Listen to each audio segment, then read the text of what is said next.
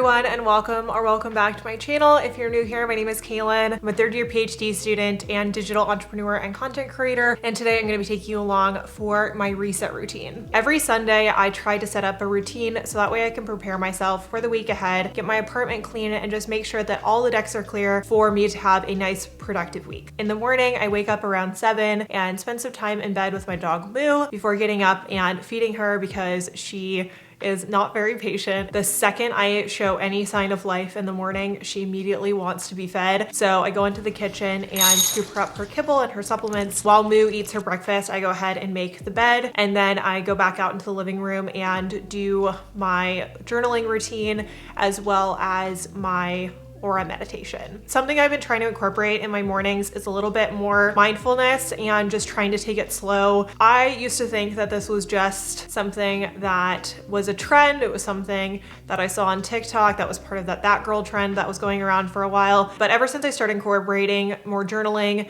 and meditation in my morning routine, I actually have found that I start the day a lot calmer. I can then sit down at my desk when the time comes and get focused on admin. Aura is the sponsor of today's video, and I've been using their application for a couple of weeks now. And what I love is that they have various options, including meditations for breath work, stress reduction, as well as work life. They have so many different categories. I used to think that I was somebody that didn't need meditation, didn't really understand meditation. Ever since I started using the guided meditations with the Aura app, I do find that I actually gravitate towards the breath exercises and the stress reduction meditations in particular, because I am using meditation and working out and whatnot in my morning routine in general in order to set myself up for the day. As a PhD student who has multiple businesses and everything, trying to reduce the amount of anxiety that I'm experiencing, I just find that incorporating these things into my routine, including journaling,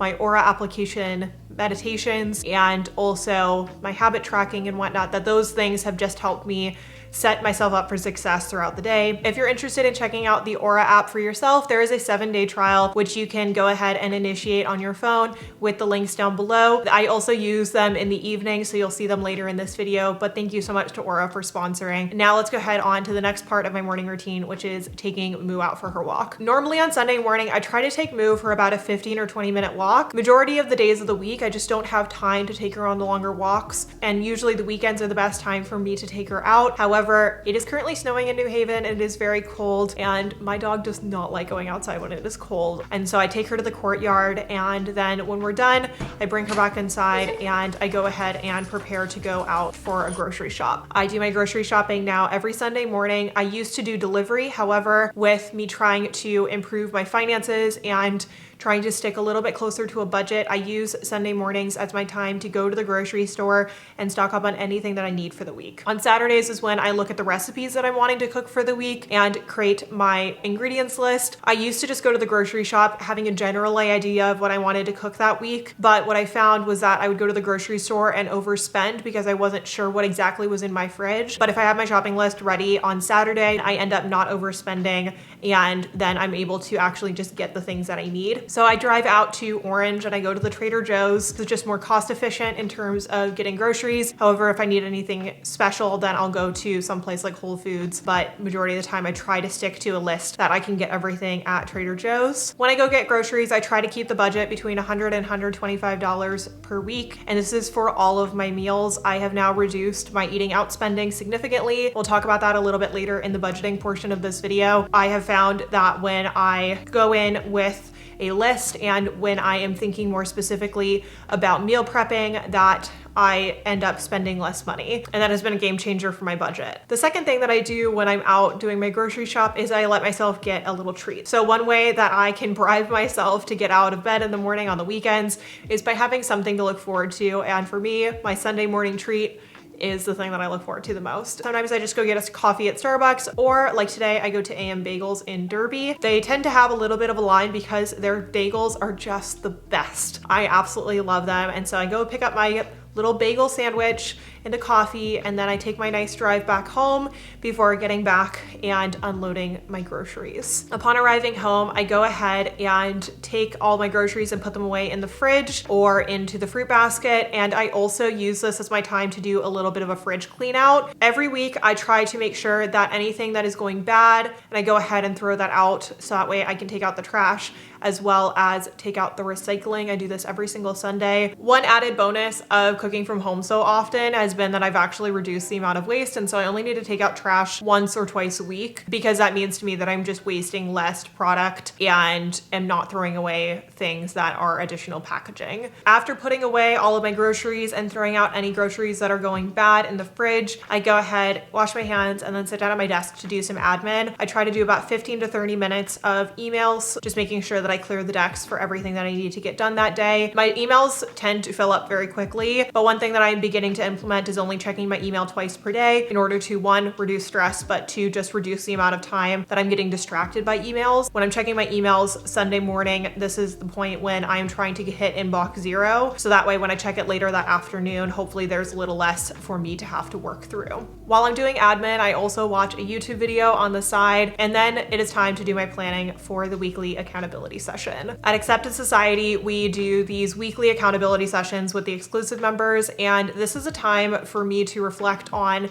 the previous week and what went well, what goals I did hit, what I didn't hit, why I didn't hit it. I write out a mini reflection as well as a money, date, and stats check. In the Notion template that I created, the annual goal setting section has it broken down by quarter, by month, and by week. So each week I go ahead and write up a reflection. I check all of the stats. So this includes general revenue as well as other types of analytical statistics that I can go ahead and add. So that way I can keep track of them for my YouTube channel, for the social media accounts, for myself, for my businesses, as well as to just have a general finger on the pulse of how well I'm doing in terms of being consistent. And then the third thing that I do is my money date. While I'm in the accountability session, I will go ahead and actually write down every single expense and every single transaction that was made for myself, for Kaelyn Grace Apple LLC, which is the LLC that I use for my coaching business and for my social media. And then the third one is for Accepted Society and Accepted Consulting. This is how I manage to keep track of everything. I have an accountant who does our taxes, but I recently tried to reduce costs by not having them do bookkeeping anymore. The reason being that I am doing my own bookkeeping every single week, and I felt like that was an additional expense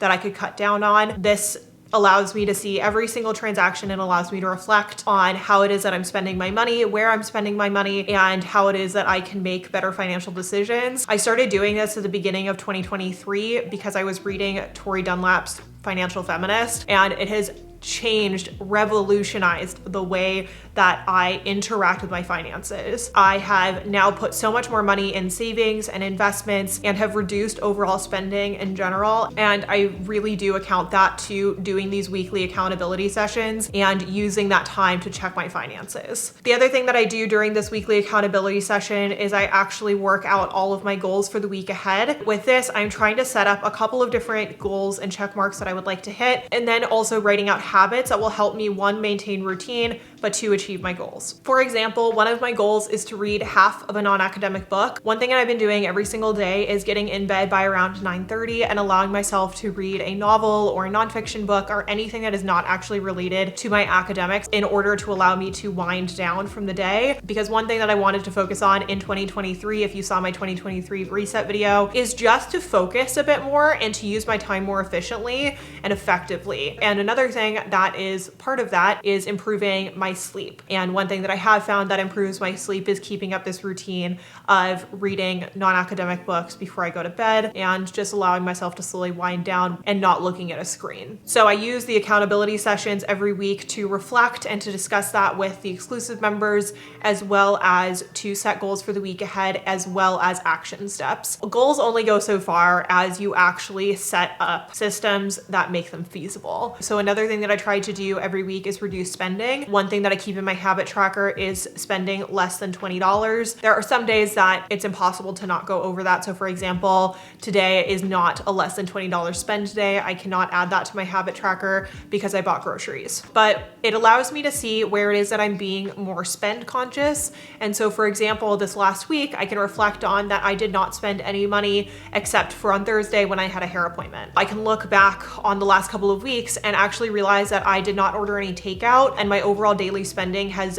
basically gone down to zero. That to me is a huge feat, especially as somebody who is very anxious about finances and is very anxious about saving and ensuring that I have enough money to support myself and that I'm also working towards my long-term financial goals. After the accountability session, I usually have between 1 and 2 client calls. This is either for my coaching business. So I have a business coaching service that I offer for anybody wanting to get involved in digital entrepreneurship. And then I also have client calls with applicants for accepted consulting.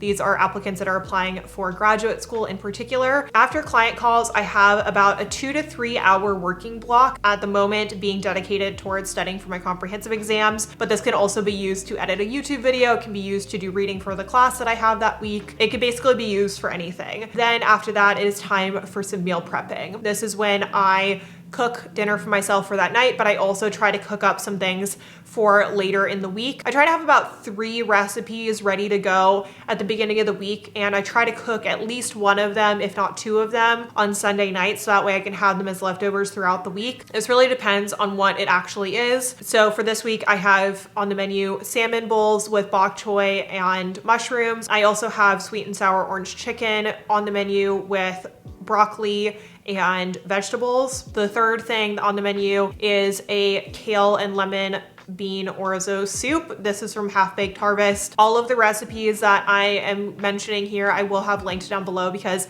I love the Half Baked Harvest recipes. And I do find that they make a volume that will last you throughout the week, which I think is awesome, especially if you're a student or a working adult who needs to have meals prepared so that way you're not cooking all the time. After doing my meal prepping for the week, this is the time when I do my deep clean. So this is the time when I do laundry and I clean up the kitchen, I do some vacuuming, and I just do a general cleanup of the apartment. That way, when I wake up on Monday morning, my apartment is clean, I don't have to worry about anything, and I have clean dishes to use for the week ahead. After I do my general cleanup routine, I go ahead and do about a 20 to 30 minute stretch. This is something I recently implemented into my schedule as somebody with chronic back pain and as somebody that sits at her desk all day long. I just find that stretching on Sunday night sets me up for success, especially for my workouts Monday and Tuesday morning. It also just generally reduces stress as I prepare for the week ahead. I then go take a shower so that way I can wind down for the evening, and then I sit down at my desk and do any final preparations for the day ahead. One thing I also do on Sunday evening is fill out my master to-do list. This is my to-do list for the entire week that I fill out on Notion, so that way I can on my dashboard see what is due every single day and then plan accordingly. I then go ahead and write out my general daily to-do list in my Golden Coil planner. So that way when I wake up the next morning, I already know what it is that I need to accomplish for the day. After I've gone ahead and set myself up for success for the week, it is time for bed. At around 9:30, I go ahead, get into bed with my dog Moo and do a little bit of reading. I'm currently reading Bringing Down the Duke, which is about a Victorian era suffragist at Lady Margaret Hall at Oxford who is trying to convince a duke in the House of Lords to side with the suffragist movement and the women's right to vote. And I am just absolutely loving it. I love a good lighthearted historical fiction, especially a romance novel, and I'm just really enjoying it. Then it is time to go ahead and do my little aura meditation in order to prepare for bed. For this, I'll go ahead and pick up one of the sleeping meditations in order to wind down and set myself up for a nice, good, and relaxing night of sleep. Then it is time to turn out the light, and that is it for my reset routine. I would love to know if you have a reset routine, what your reset routine includes, if it's different than mine, what is something that you absolutely need in order to set yourself up for success for the week ahead. I'd love to know. Go ahead and leave it down in a comment below. Thank you all so much for watching this video, and thanks again to Aura for sponsoring. If you are interested in checking out Aura for yourself and having their 7-day free trial, then go ahead and check out the links down below, and I will see you all in the next video. Bye everyone.